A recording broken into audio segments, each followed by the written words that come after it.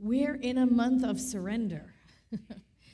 I know the theme is surrender to your greatest good, and I know we're still referring to that icky word, that S word, surrender. It's really quite antithetical, I think, to the American psyche. You know, we don't like to surrender. It feels like putting up the white flag or giving up or something, but we're not talking about that. We're talking about surrendering in order to experience something greater. Surrendering what we have, what we're grasping to, what maybe we've outgrown, what we have to let go of in order to experience a greater good for ourselves. And that's the kind of surrender. It's almost like trading up. You know, it's not really sort of surrendering. It's sort of like you want you 2.0. So you have to give up what you're doing in order to achieve that greater thing. And today's talk is less is more, because we give over what no longer serves us for freedom to live a more authentic life.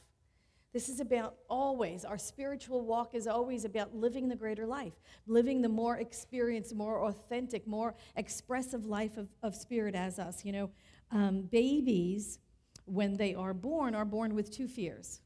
That's it, two fears. The fear of falling and the fear of loud noises. And they can test that in newborns. Fear of falling, fear of loud noises. That's it. It's the only two fears. Everything else we collect along the way. I mean, think about all the neuroses and think about all the things that you're afraid of now and think about all the stuff that limits you and limits your self-expression now. You've collected all of that along the way. And so our walk of authenticity, our walk to really, really express the truth of who we are, the spiritual nature of who we are, is a process of letting go. It's a process of letting go of all the false beliefs, all the false things, all the fears, all the limiting ideas we have. It's about releasing all of that in order to live the larger life. And Ernest Holmes, actually, in The Larger Life by Ernest Holmes, he said this. He said, confidence and love alone casts out fear. The human without fear is the only true whole person. It is ours to decide whether we shall live in fear or live in faith. Let us decide to live in faith. Faith alone can bind us back to the invisible. Let us learn to practice faith until fear disappears, until life ceases to be a funeral dirge and becomes a song of joy. That's where we are. That's our truth, that song of joy that is within us. And so we have to let it out. It's not like we need anything or we have to get any place or go anywhere. It's we have to let the authentic life out of us. And in order to do that, we have to shed all those layers of protection that we've placed on ourselves all these years.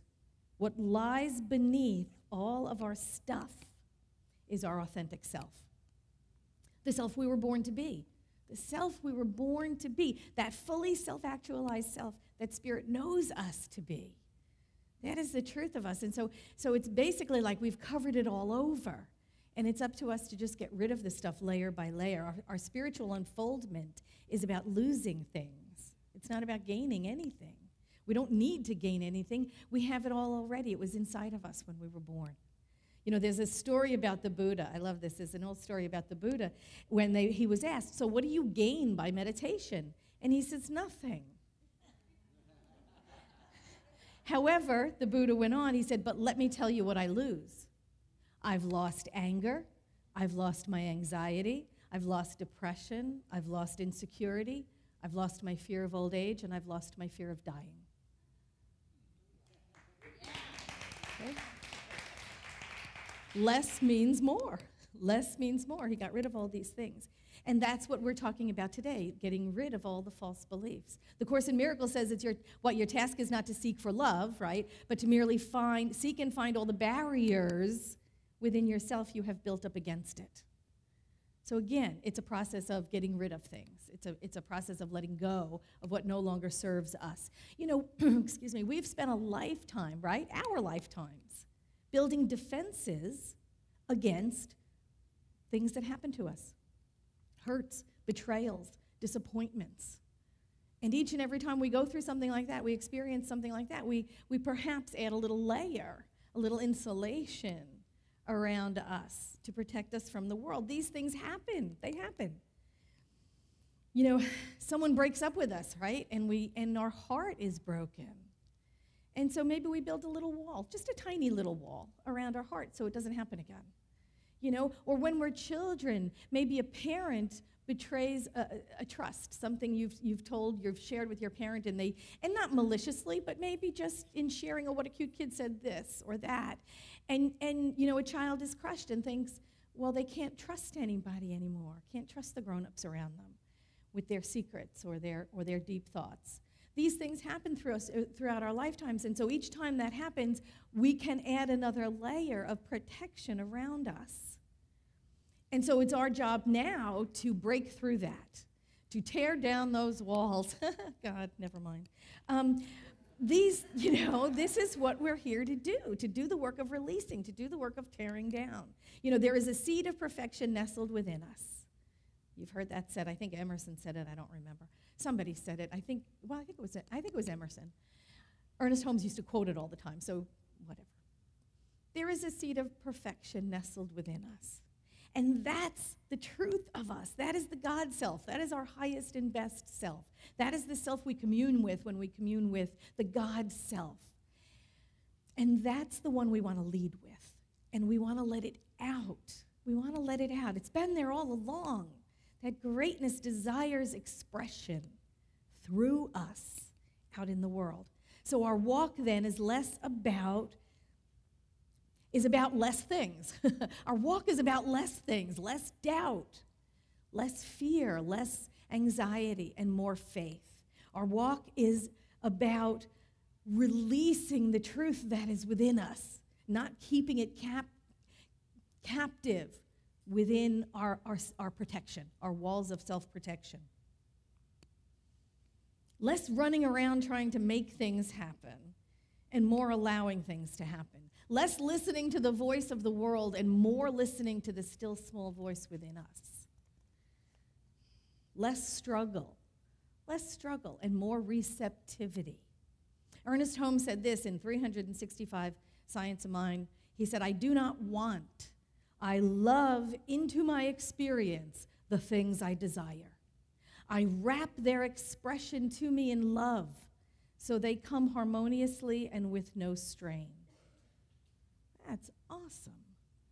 That is awesome. It's not about work. It's not about efforting. It's not about struggling. It is about loving into our experience those things we desire. All the work we do is done in mind, right? Are we in agreement? We're Science of Mind. Okay, yes. I want to see yes. Yes! All the work we do is done in mind. The most powerful place we can find ourselves is in prayer. Ernest Holmes said it. I read it. I know I did. I can't cite it yet. I will find that book or that speech he made, but he said it.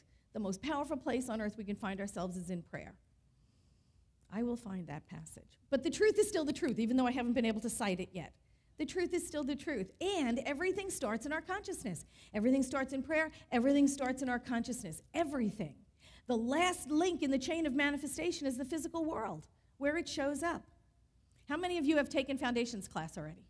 Raise your hands. Oh my God, look at this. This is amazing. Okay, how many have taken the next class, treatment and meditation? Have you taken? Oh, see, somewhat less. Okay, so here's your opportunity. Treatment and meditation is starting tomorrow. Sign up. It allows us to go deeper in that walk of prayer and meditation. So sign up for it right now. No, not right now. I mean, stay for the end of the talk. Don't go out there and sign up right now. Wait till the end of the service and then go sign up for it. But it deepens our faith because it deepens our walk. You know, we go deeper into affirmative prayer. We really get what it is. We get what it is. We go deeper into our meditation. We get who we are. We get to hear that still small voice. We learn the beginning stages of this philosophy at such a deeper level, right? Because if you look at Science of Mind 101, core concept 1 says God is all there is. Now, either you believe that or you don't. God is all there is. There is no duality. There is no us and them. There is no God and devil. There is no duality. God is all there is. God is all there is. And then we look at concept 2, which says God is triune in nature, threefold, spirit, soul, and body. Doesn't mean that there's 3 of anything. There's still only 1, because core concept 1 says God is all there is. But it has 3 aspects to it. Just like you are a son and a father and a brother and an uncle maybe and a cousin. You know, you may have all aspects. You're an aunt and a mother and a grandmother and a sister. We have all these aspects to us, but there's still only our one, right? There's still one. Same thing with spirits. Spirit, soul, and body, but it's only one. It is aspects of the one. And then core concept 3, the divine creative power. This is the way it works. This is the thing itself, God. This is its nature. It is triune in nature, threefold, and this is the way it works, the divine creative process.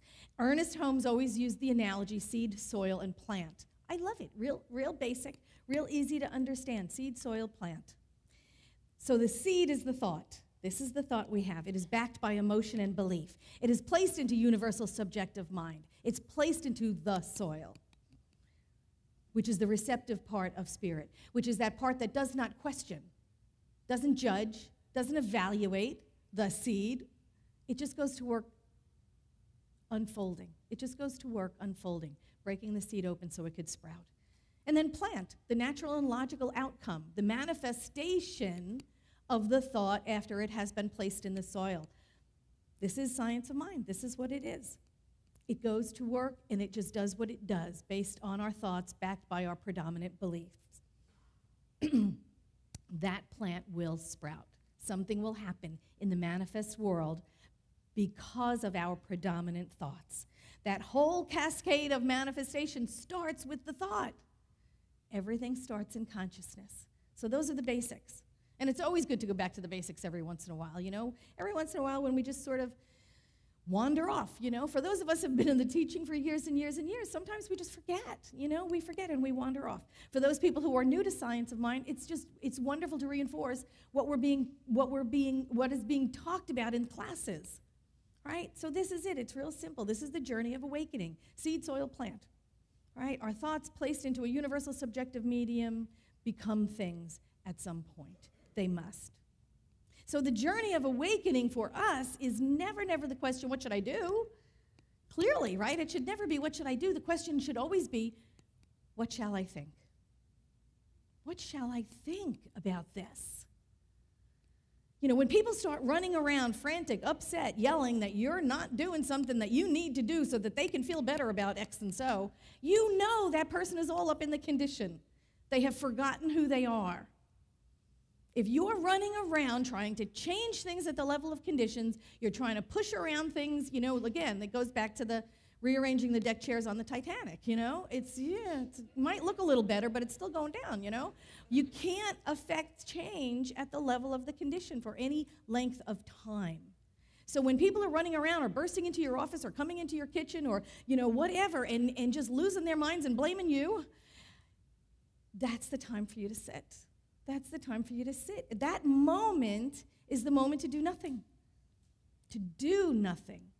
But it's the time to know something. So don't let anybody bully you. Don't let anybody push you around into doing. It's our job to know. It is our job to know things. The only thing we have to do is know truth. Ernest Holmes in the Science of Mind textbook said this: the human, by thinking, can bring into his experience whatever he desires if he thinks correctly. This is not done by holding thoughts, but by knowing truth. There is a vast difference, a difference too few realize. And even in this teaching, sometimes we misinterpret that and get it wrong. Knowing truth, not holding thoughts. You know, it's like saying, I'll hold you in prayer, or I'll hold your intention in prayer. We don't mean that. We shouldn't mean that. We shouldn't even say it. If a practitioner says that to you, correct them. If I say it to you, correct me. You don't want to hold thoughts. You don't want to hold prayers. We want to release it to the divine receptive law that goes to work immediately, out picturing it. It's like saying, I'm going to plant this seed by holding it in my hand. Guess what? That's never happening. You know, that's never going to result in anything. We don't help people by holding their prayers. We change things, we change conditions by releasing them. By releasing them. It doesn't do any good for the seed to hold it. We have to plant it in a receptive medium. We have to get it to grow. We have to allow the universal receptive mind to have its way with it. And I know it's just a word, but it's a powerful word. It's a powerful thought. It goes back to, again, it goes back to our consciousness. We're not going to change things by holding thoughts, but by knowing truth. And that's a whole different thing. I'm not going to change my life by running around doing more things. I'm going to change it by knowing truth and then allowing that to outpicture. I'm not going to enact change in my life by pushing people around and making them do what I want them to do. But I'm going to change things by knowing truth. You know, and Ernest Holmes said, what is known in mind in one place is known simultaneously everywhere, because the mind of God is everywhere. It is all-inclusive. It's infinite. So what is known in mind in one place is known everywhere, of course.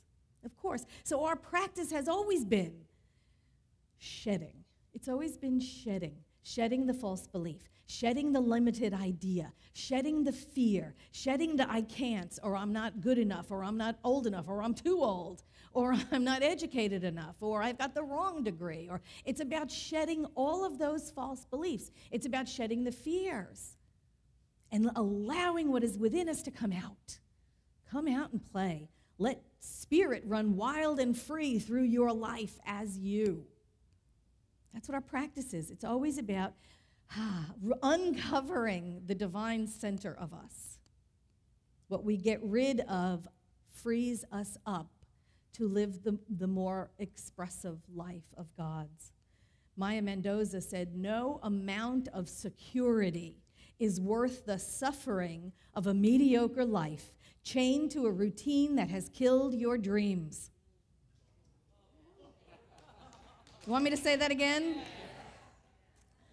No amount of security is worth the suffering of a mediocre life, chained to a routine that has killed your dreams. The way we get rid of our stuff is by surrendering it to Spirit. The way we get rid of those fears, the way we get rid of those needs, the way we get rid of the clinging is by surrendering it to Spirit. You know, when excuse me, when we are afraid, we are not meant to keep our fears. You know, you collect the things along the way. I know you do. I did. Everybody does. You collect fears. You collect phobias. You collect, oh God, I'll never do that again. You know those things. You collect them along the way, but it's not ours to keep. We're not here to keep the fears we've collected. You know, I've got this, I've got that, I've got this. You know, all of those things, people go down the list. I'm afraid to fly. I'm afraid of this. I'm afraid of traffic. I'm afraid of the news. I'm afraid. It's not for us to keep them. It is for us to lean into them, to squeeze out what needs to be learned from them, and to go beyond them. God, I remember when I first came out here, I had a terrible fear of heights. Fear of heights. I don't know where I even collected it from. I don't even know where I got it. I can't even imagine, but it was one of them I collected along the way. And so the first thing I did was I walked the Spruce Street Bridge. You know that suspension bridge? Anybody familiar with it? Oh my God, you're on the ground, and then all of a sudden the ground goes away. You know, it's like you're not going up anywhere. It's just you're walking across the bridge, and then the ground goes away beneath you. I was like, oh my God, I was terrified. But you know, but the fear is not the fear to keep. It is the fear to walk through and to release. Then I went up in a hot air balloon. Breathe, breathe, breathe, you know, breathe, breathe, breathe. It's like, okay, I survived, yay. That was like the best thing I could say about that. And then finally I went on a whole day class of jumping out of an airplane, and I jumped out of an airplane. Now, you know, I had friends tell me nobody in their right mind departs an aircraft that's working, you know. But there I was, and then I did it again, and then I did it again, and then I did it again like 3 or 4 times until I got it that I wasn't afraid of heights anymore. And that's what we're here to do. We're here to work through those self-imposed limitations. You know, the things that are keeping you from expressing or experiencing the fullness and the richness of life. We're here to work through them, not to collect them and hang on to them. We are meant to rid ourselves of our fears, right? Don't make me bring my snake back in again, because I will. Right? You have a fear of snakes, you have a fear of spiders, you have a fear of whatever. We're here to get over that stuff, to grow beyond it, to be the most self-actualized individual we can be. And we do that by getting rid of the things, not keeping the things. Because that's not our true, authentic self. All your fears, all your phobias, all your self-imposed limitations, all your I can'ts, that's not the truth of you. That's not the truth of me. That is not the truth of us as spiritual beings.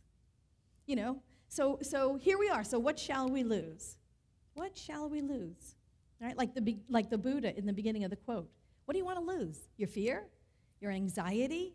You want to lose your anger? Anger is a good one to lose. Anger is a real good one to lose. It's what happens when people push our buttons, and sometimes we don't even know we have those buttons, right? But somebody pushes it, and well, we light up like a Christmas tree. We get all into reaction. It's like, who owns the button? You know what I mean? I mean, somebody might really light you up, but who owns the button? You know, ultimately, it's yours. It's yours to detangle and to unwire and to disconnect from. It's your button. If someone says something that lights you up, who's the one with the problem? Yeah. So it's something you can lose. It's something that you can lose. Anxiety. Wouldn't you love to lose anxiety? There's another one. Let's just lose it. Stress is a major cause of anxiety. So that leads us right to another one we want to lose, right? Want to lose stress. And there are ways we can lose stress. Meditation is a really, really good way to work on our stress. What else shall we lose in order to live life to the fullest? Think about it. Insecurity? How about that? How about blame? What if we gave up? What if we lost blame? Who would we be without that? That's an awesome one. What about pain? What about negativity? What else do you want to lose on this path of enlightenment, on this path of spiritual unfoldment? Because the more you lose these things, the more authentic a walk we become, a more authentic spirit expressing as God, spirit expressing through us as God in the world. Clearer, cleaner, without any of the things that hold us back, without the false beliefs, without the fears. So how do we do that? Well,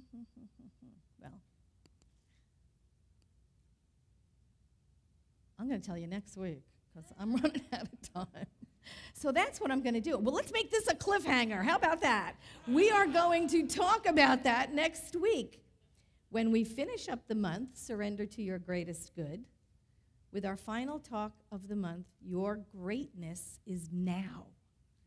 Your greatness is now, because now is the only place we live. Now is the only time in which we live. There is only now. There is only this eternal now. So now is your greatness. And so we'll talk more about that next week. Our truth is we are unlimited. That's what I know for us, that our truth is that we are unlimited beings, and we are here to live fully expressed. We are here to be fully present, fully powerful, fully abundant, fully beautiful, fully all the qualities of God. We are here to express them fully and freely. And we can do that only when we have released all the stuff